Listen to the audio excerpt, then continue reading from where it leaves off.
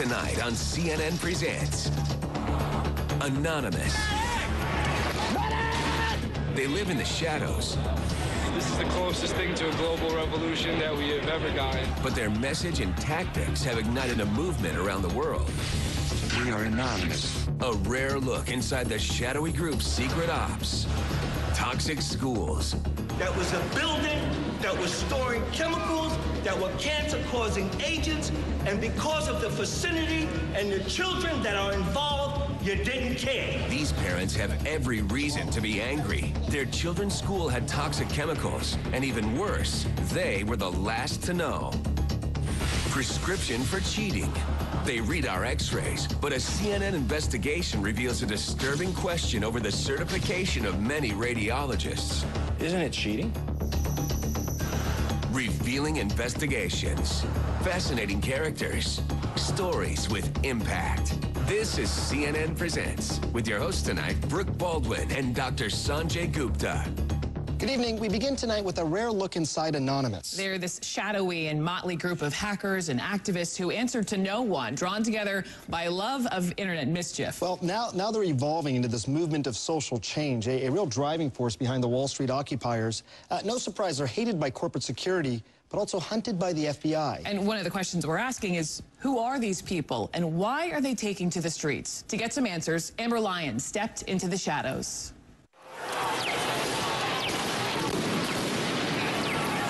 Back up. It's a dark and disturbing vision. A world where riot police attack with impunity.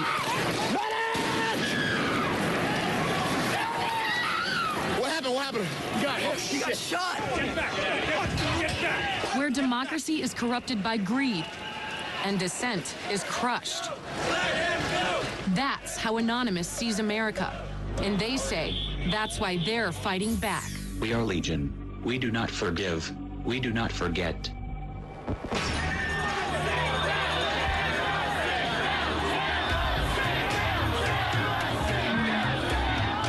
It's a movement that defies description. Leaderless. Tell me what democracy looks like. Faceless. Anarchic. This is our space. A loose collective born on the internet. Anonymous has no official members and no hierarchy.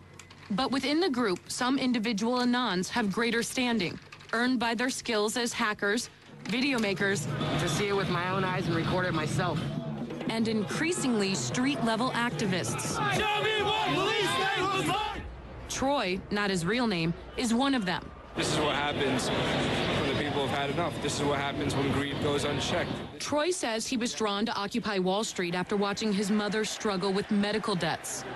He himself is working 2 jobs to make ends meet, despite having a college degree. You kind of just lose track of days, lose track of time, but it's worth it. It's all worth it. We met him at the Occupy Wall Street camp at Zuccotti Park.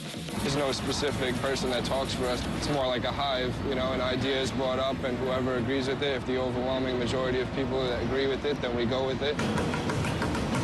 So we're following Troy, and he's been out here policing, kind of making sure that all of these protesters are getting along with the community and not causing any problems. We're handling internal affairs as far as damage control within the community, making sure that everybody's respecting the local small businesses around here. How's it going? But he's not just watching over the protests. He's also watching the police. Part of the evolution of Anonymous from hackers to activists.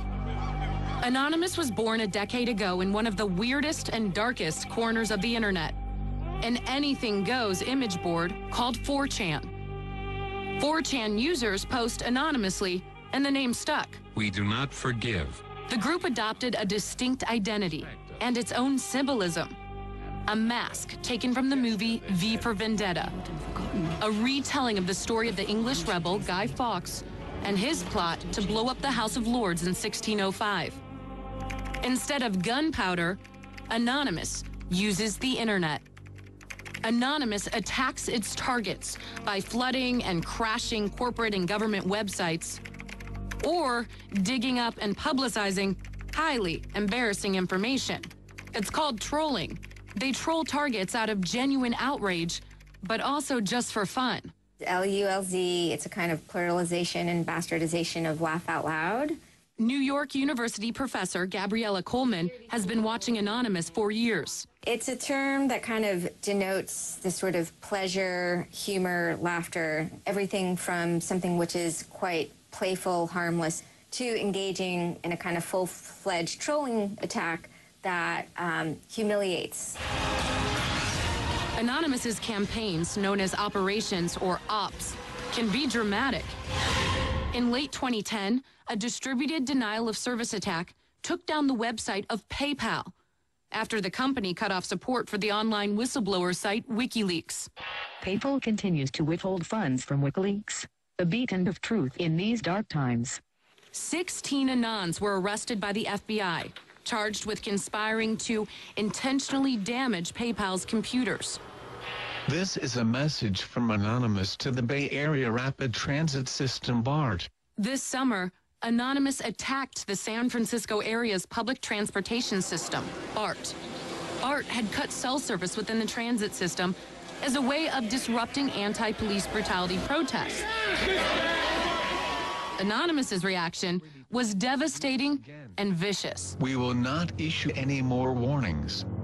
Op BART included the release of a naked photo of a senior BART employee. Sometimes it kind of makes you laugh, sometimes it makes you cringe, sometimes it makes you laugh and cringe at the same time.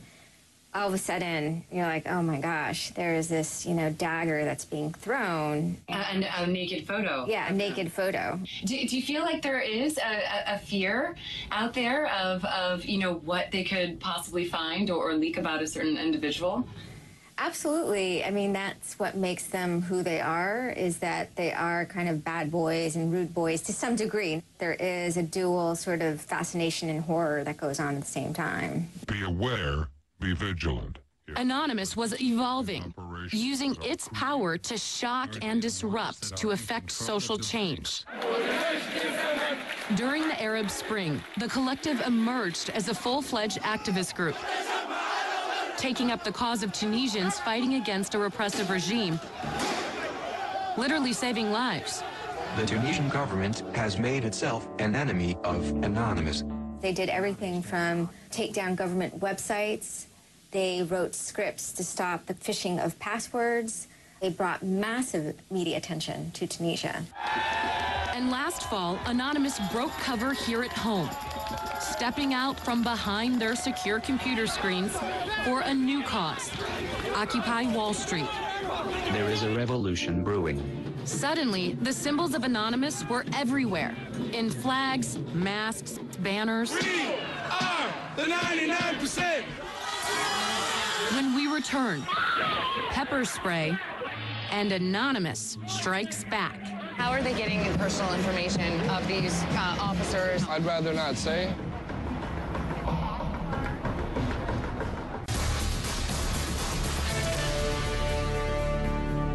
The shadowy internet group known as Anonymous has grown now far beyond its hacker roots. It's now emerging as a forceful public relations weapon for the Occupy protest movement. Amber Lyon takes you inside Anonymous. We are Anonymous. Anonymous likens itself to the Air Force of the Occupy movement. Everyone, everywhere will be occupying their towns, their capitals, and other public spaces. Anonymous has an array of people on the streets. We're talking medics in San Francisco, tech support in Washington, D.C. And here in New York, guys like Troy. Troy, not his real name, is part of an army of citizen journalists documenting the movement and the police by broadcasting live video over streaming sites. When they see evidence of what they believe is police misbehavior, Anonymous strikes back, releasing personal information about specific officers.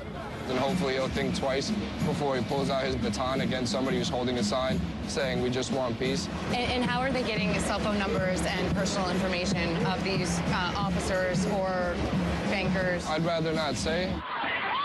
In September, an NYPD officer named Anthony Bologna was filmed pepper spraying two protesters. Anonymous took direct action. We'll unleash hell on your phones, your servers, and anything else we can find. One of the most active subgroups within Anonymous is called the Cabin Crew. Their specialty is doxing. It's shorthand for combing the internet for all the information you can find about a target and then releasing it publicly. Cabin crew have noticed the injustices being committed by the New York police. Cabin Crew compiled Bologna's name, his home address, past legal actions, even the names of his family members, and put it all online. After a police investigation and public pressure, Bologna was placed on leave and reassigned to Staten Island. What do you think that did to the NYPD when they saw this officer's information get posted online? I think that they would see it as a form of vigilantism. They're pushing the boundaries of the law. But I think some of their actions also reveal the ways in which either private security companies or police are also acting outside of the boundaries of the law. Anonymous's biggest coup in the propaganda wars was this. An Anon group by the name Operation Leaks posts the clip on YouTube. The next day, the clip tops 100,000 views. 3 days later, 1.5 million. The casually spraying cop had it all.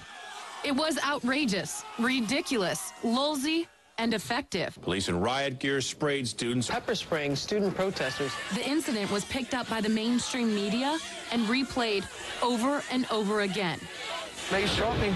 Anonymous wants to frame the narrative of the Occupy movement as a contest between peaceful protesters and a militarized police state. Oh my gosh. Reality, though, isn't quite so clear-cut. At Occupy Oakland, some protesters attacked the police with rocks and bottles.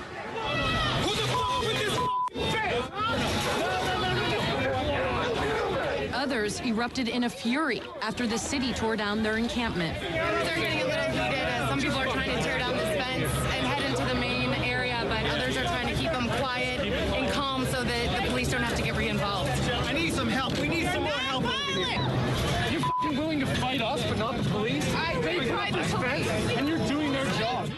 The Anonymous PR machine focused solely on instances where the cops got out of line. And they have plenty of ammunition. What happened? What happened? He got shot. During one night of chaos, police apparently fired a projectile directly at a former Marine named Scott Olson, who was peacefully protesting against the crackdown. Anonymous went into overdrive. I hereby declare this to be an unlawful assembly. Scanning the video for police badge numbers and names, offering a reward for anyone who could identify the officer responsible. The case is still under investigation. The Department of Homeland Security has put out several alerts to law enforcement and corporate security focused mainly on the group's hacking activities. And the FBI has made more than a dozen arrests. We're living in a police state. But there's no indication that has cramped Anonymous's style. Their latest op? Merry Christmas and a Happy New Year to all on planet Earth. On Christmas Day, members crashed the website of a security research company, hacking its client list along with their credit card numbers in order to steal $1 million for donations to charity. We are Anonymous. Expect us. And our correspondent Amber Lyon now joins us here in studio. A little frightening, yeah, a little scary. Slightly, especially for law enforcement in many aspects. You know, I got to ask, so what if they get it wrong? What if they put up some personal information that is inaccurate? Do they have any accountability? There's very little accountability. Because of the way Anonymous is organized, anyone can claim to be anonymous. There's also a lot of extreme outliers. And you know, law enforcement is intimidated by Anonymous. We tried to get an interview with anyone federally or locally, and they refused to send an officer forward kind of to the chopping block because they feared that if this officer appeared on camera, they could become a target of Anonymous. All right, Amber. Amber, thanks so much. Great story. And coming up, is it possible that schools could be making